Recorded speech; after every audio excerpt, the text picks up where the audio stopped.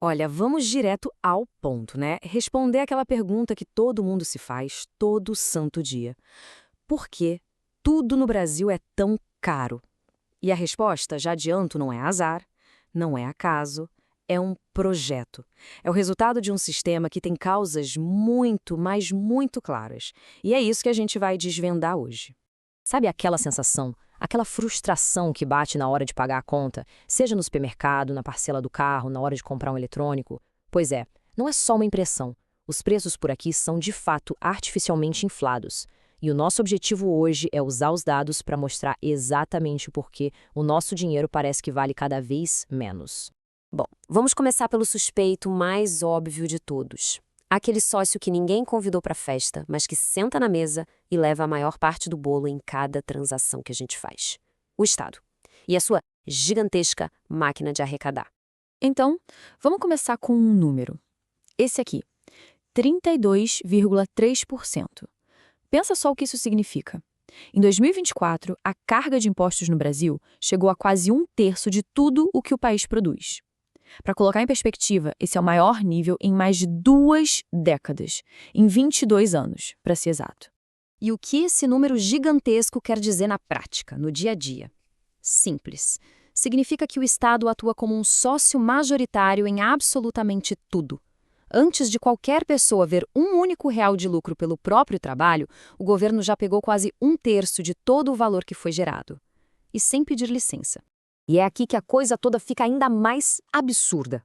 A gente paga uma carga tributária parecida com a de países desenvolvidos, só que o retorno em serviços públicos é tão, mas tão ruim que as pessoas são forçadas a pagar de novo. Pagar por saúde privada, escola particular, segurança privada, ou seja, é o imposto e logo depois o custo de ter que se virar porque o imposto não serviu para nada. Mas olha, o custo não para nos impostos que a gente consegue ver, não. Agora vamos falar de um vilão muito mais sutil, mas que é igualmente caro. O imposto que não vem no boleto. Ele vem no tempo perdido, no dinheiro gasto no meio do caminho. 1,7 trilhão de reais. É um número até difícil de imaginar, né? Mas essa é a estimativa do valor do famoso custo Brasil.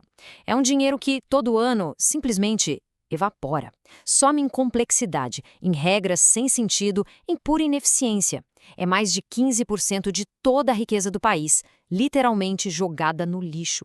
O custo Brasil é basicamente isso, o preço da complicação. É a energia toda que se gasta só para entender e cumprir as regras, em vez de usar essa energia para criar, para inovar. É o custo de ter um ambiente de negócios que é hostil por natureza, onde empreender acaba virando um ato de teimosia, quase de resistência, em vez de ser um ato de liberdade. E na vida real, como isso aparece? Pensa assim, uma empresa gasta em média 1.500 horas por ano só para lidar com o imposto. Horas que poderiam estar sendo usadas para desenvolver um produto melhor. A gente tem a segunda maior taxa de juros real do mundo, o que simplesmente destrói qualquer plano de investimento. Um processo comercial bobo pode levar até 8 anos para ser resolvido na justiça. Cada um desses fatos é um peso morto amarrado na nossa economia. E adivinha quem sempre paga essa conta no final? O consumidor. Ok, até agora a gente falou dos sintomas, da parte econômica. Mas para entender de verdade por que o Brasil é tão caro, não adianta só olhar para os números, a gente precisa ir mais fundo. Precisa chegar na filosofia, na ideia que está por trás do jeito que a nossa sociedade se organiza. E é aqui que a gente chega na raiz da coisa. Tudo se resume a essa pergunta que é fundamental. Porque veja bem, um custo de vida altíssimo não é só um problema de planilha. É uma questão moral. É sobre propriedade e liberdade. Se uma fatia tão grande do que a gente produz é tirada à força, a resposta para a pergunta quem é o dono da própria vida começa a ficar bem complicada. Toda sociedade é uma mistura desses dois princípios, né? Cooperação e coerção. O grande problema do custo Brasil é que a nossa balança pendeu demais, mas demais mesmo, para o lado da coerção. O preço de um simples cafezinho não reflete só o café, a água, o trabalho de quem preparou. Não, ele carrega embutido o custo de sustentar uma máquina estatal gigantesca que se impõe sobre cada uma dessas trocas voluntárias. E essa coerção toda acaba criando um ambiente muito tóxico, que a gente chama de capitalismo de compadrio. É um sistema onde o sucesso não vem necessariamente de oferecer o melhor produto pelo melhor preço, vem de ter os contatos certos no governo. Empresas conseguem favores, leis que as protegem, barreiras que impedem a concorrência. E o resultado? Menos opções e preços artificialmente lá em cima, porque as empresas protegidas não precisam se preocupar em competir de verdade. E aí, o ponto central é esse: o consumidor perde todo o poder. Em muitos setores, não existe a liberdade de escolher o melhor ou mais barato, porque a concorrência de verdade foi, na prática, proibida por lei. Os preços não caem porque não existe nenhuma pressão para que eles caiam. A gente vive, em muitos casos, dentro de uma verdadeira jaula regulatória. Tá, mas diante desse cenário todo, que parece tão amarrado, tão estrutural, fica a pergunta: a gente está condenado a viver num país caro para sempre? A resposta é um sonoro não. A situação atual é resultado de escolhas, e tudo que é feito por escolha pode ser desfeito por novas escolhas. Um caminho possível passa invariavelmente por aqui.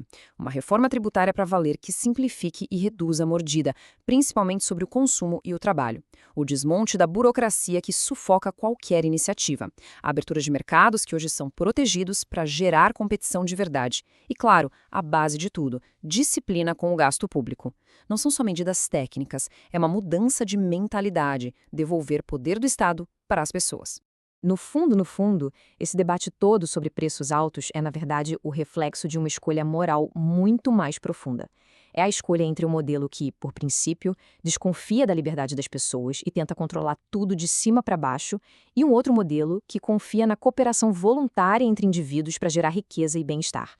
Então, a pergunta final não é para o governo nem para os especialistas, é para cada um de nós.